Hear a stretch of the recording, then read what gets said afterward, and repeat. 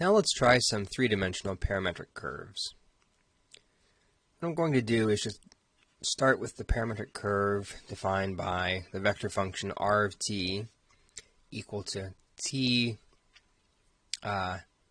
equal to say 2 cosine of t, 2 sine of t, comma t.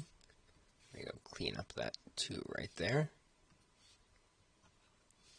And our goal is to try to see what this curve looks like in space. Right? This is now be a three-dimensional curve. So one really useful technique is to look at the projections of this into one or more of the coordinate planes.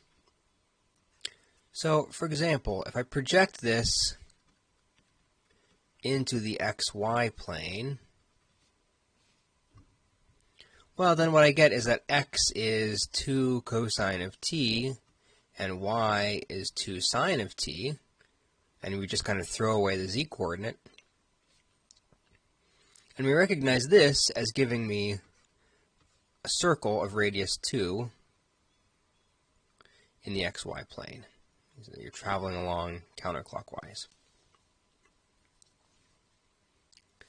Okay, so whatever this curve is in 3 dimensions, if you were to sort of look at it from up top, what you would see is that it looks just like this circle.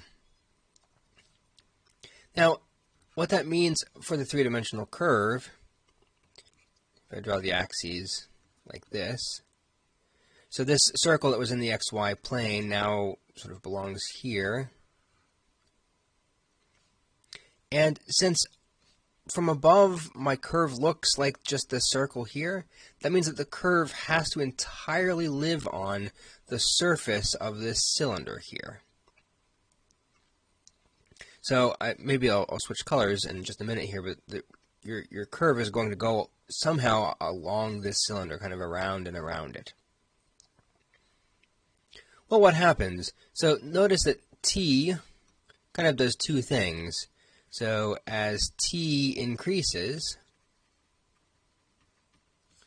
well, first of all, in the xy plane, you're winding around the origin, which means you're winding around the z-axis in 3 dimensions. So the curve winds around the z-axis, but also the z-coordinate is increasing.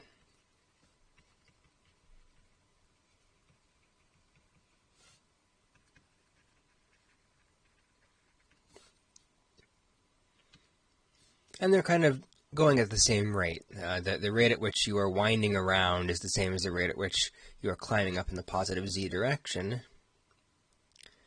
So that means that my curve that has to stay on the cylinder here by winding around and around it is going to keep going up higher and higher.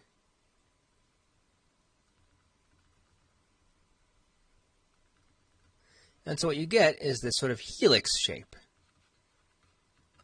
right? Sort of a spiral along this cylinder here. It's like what you see if you take a tube from a roll of paper towels and you look at the seams on it. The seams will sort of spiral up in this way here. Okay, so this shows you some of the tools that we have. You can project into one of the planes, and not all of the planes are going to be equally useful. I could project this into the xz plane or the yz plane, and that does give you some information, but I think it's a little bit harder to see in that case than projecting into the xy plane. And so a little bit you can kind of take turns trying to cover up one of the 3 components and see if you get a particularly nice projection from one of those. And then once you project into one of those planes and identify that curve, then you know that your whole 3D curve lives on the cylinder above that curve, and then sometimes just a little bit of kind of analyzing what happens as t increases is enough to help sort of piece things together.